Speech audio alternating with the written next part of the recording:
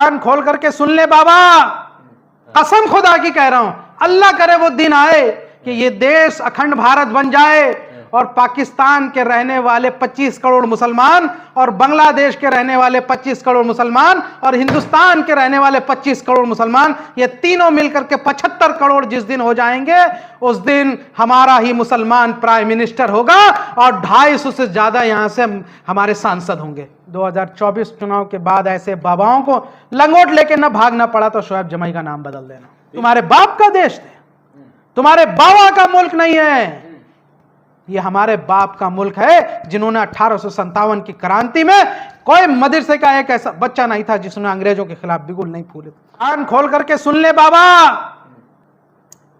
इस सरजमी का, इस रूहे जमी का, जिसको हमारे आबा अदाद ने, हमारे बाप दादाओं ने अपने खून से सींचा है, अपनी कुर्बानियों से सींचा है। कान खोल करके सुन ले बाबा, इस देश का, इस भारत का पूरे राष्ट्र के तौर पर यहां से हिंदू राष्ट्र तो क्या, इसका भूभाग का एक टुकड़ा भी हिंदू राष्ट्र नहीं बन सकता। बजरंग दल वाले हैं, जो इस तरह के हिंदू संगठन वाले हैं, वो कहते हैं कि जो हमारी हिंदू लड़की है वो मुस्लिम लड़कों का शिकार हो रही है। आफ्ताब से लेकर के ये साहिल से लेकर के शाहरुख तक का केस गिना देते हैं।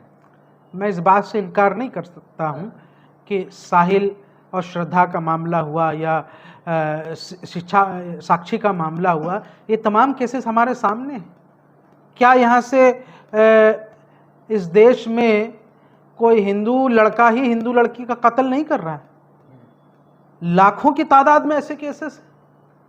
जिस देश में यहाँ से बेटी को देवी कहा जाता हो, पूजा की जाती हो यहाँ से लड़कियों की, उस देश में हर 1.5 मिनट में एक बेटी के साथ बलात्कार होता है, हर आधे मिनट में यहां से मोलेस्टेशन होता है।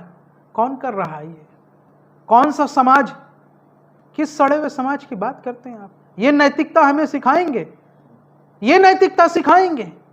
एनसीआरबी का डेटा 2022 का उठा के देख लीजिए, शर्म आनी चाहिए कि इस देश में जिनको आप बेटी बेटी बेटी बचाओ बेटी पढ़ाओ की बात करते हैं, वहां हर 7-8 मिनट में एक बेटी जो है किसी बलात्कारी के चंगुल में फंस करके जिंदगी उसकी तबाह हो जाती है।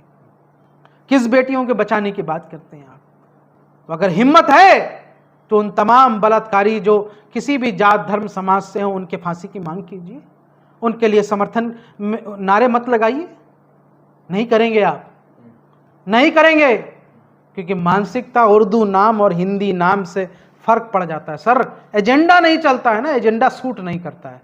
इसलिए चाहे मुझे आप पागल कहें, मुझे दीवाना कहें, मेरा मजाक उड़ाएं, मुझे मजनू कहें, लेकिन मैं उन्हीं दीवानगी के साथ अपनी जिंदगी के आखिरी सांस तक उन बेटियों के लिए आवाज उठाता रहूंगा जिनकी सिसकियां भी किसी देश ने नहीं सुनी।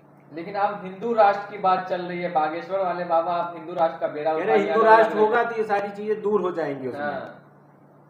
हिंदू राष्ट्र होगा, ये बाबा को बताना चाहिए।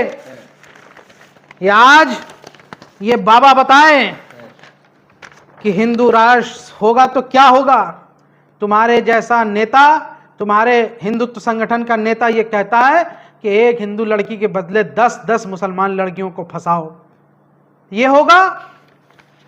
क्या होगा? इशरत जैसा हत्या हो जाएगा? क्या होगा? ये देखिए, ये राष्ट्रीय बजरंग दल नाम का ग्रुप है जिसको हमारी टीम ने उजागर किया और दिल्ली पुलिस की निगरानी में इसको संज्ञान में लिया गया है। ये इसमें अंदर जो है हिंदू लड़के भारी तादाद में मुसलमान लड़कियों को फंसाने से लेकर उसके खिलाफ गंदे गंदे अल्फाज और उनकी तस्वीरें वायरल करने तक की बात करते हैं, और कैसे उसको साजिश में फंसाना ये चल रहा है। इसको भगवा लव ट्रैप कहते हैं। और जिनको लगता है कि हम लोग झूठ बोलते हैं, तो आज वो जामिया नगर में, आज ही जामिया नगर में जा करके पता कर लें कि कैसे जो है ये लड़का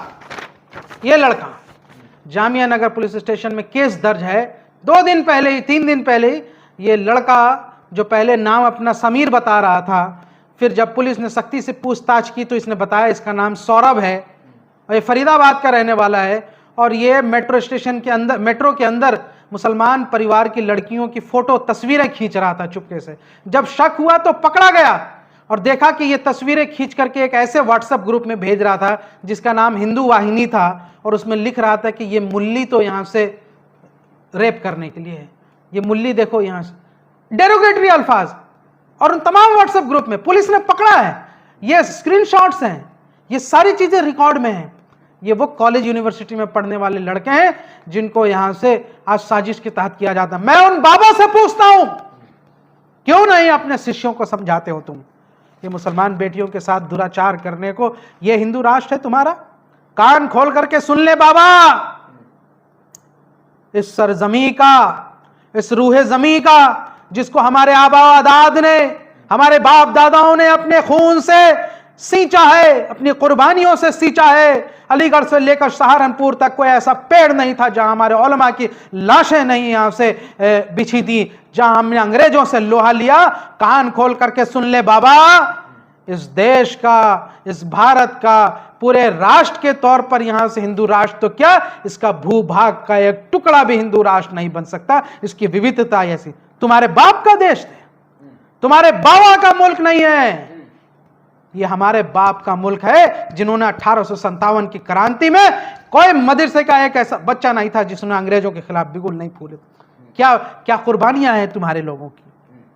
तुम तो अंग्रेजों की गुलामी कर रहे थे, आज बने बनाए तौर पर यह मुल्क मिल गया है तो तुमको हिंदू राष्ट्र चाहिए।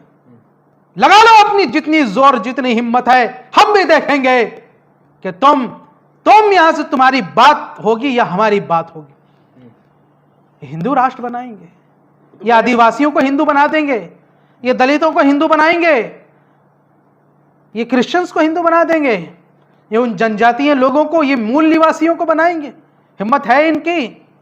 ये राजनीतिक प्यादे हैं, 2024 के बाद गायब हो जाएंगे। गायब भी बनेगा हिंदू राष्ट्र, बाबा कह रहे हैं, बागेश्वर बाबा, पाकिस्तान भी बन जाएगा हिंदू राष्ट्र। 2012 में एक बाबा थे, ऐसी लंबी लंबी बातें किया करते थे, रात के 2 बजे सलवार और लंगोट पहन करके भागना पड़ा था, याद है आपको?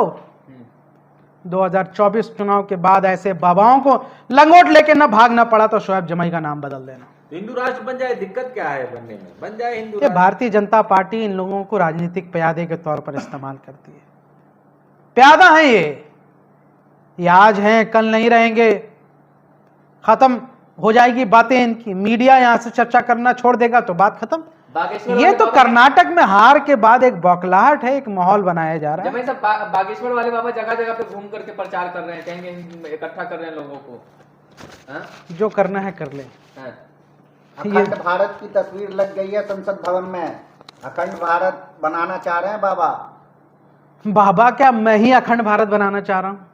मुझसे बड़ा अखंड भारत का कोई समर्थक ही नहीं हो सकता। कसम खुदा की कह रहा हूं, अल्लाह करे वो दिन आए कि ये देश अखंड भारत बन जाए और पाकिस्तान के रहने वाले 25 करोड़ मुसलमान और बांग्लादेश के रहने वाले 25 करोड़ मुसलमान और हिंदुस्तान के रहने वाले 25 करोड़ मुसलमान, ये तीनों मिलकर के 75 करोड़ जिस दिन हो जाएंगे, उस दिन हमारा ही मुसलमान प्राइम मिनिस्टर होगा और 250 से ज्यादा यहां से हमारे सांसद होंगे। बताओ, तुम 25 करोड़ नहीं बर्दाश्त कर पा रहे हो, तुम 75 करोड़ झेल पाओगे? अब ये डरा रहे हैं अखंड भारत के नाम पे।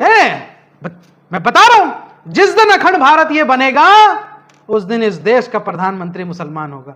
मैं अल्लाह से दुआ करता हूं, ऐ मेरे रब, हमारे इस देश की, इस भारत के मुसलमानों के सबसे बड़ा नुकसान ये था कि हमारे मुसलमान भाई बट गए, बिछड़ गए, टुकड़ों में बट गए, जिसकी वजह से आज मुसलमानों की ये हालत है कि हम जिल्लत और ख्वारी में गुजार रहे हैं। जिस दिन इस भारत सरजमी के रहने वाले तमाम मुसलमान जो अखंड भारत का हिस्सा थे आज दोबारा से वापस आ जाएं, तो इन जैसे बाबाओं की भागते भूत की लंगोटी की तरह भागना पड़ेगा।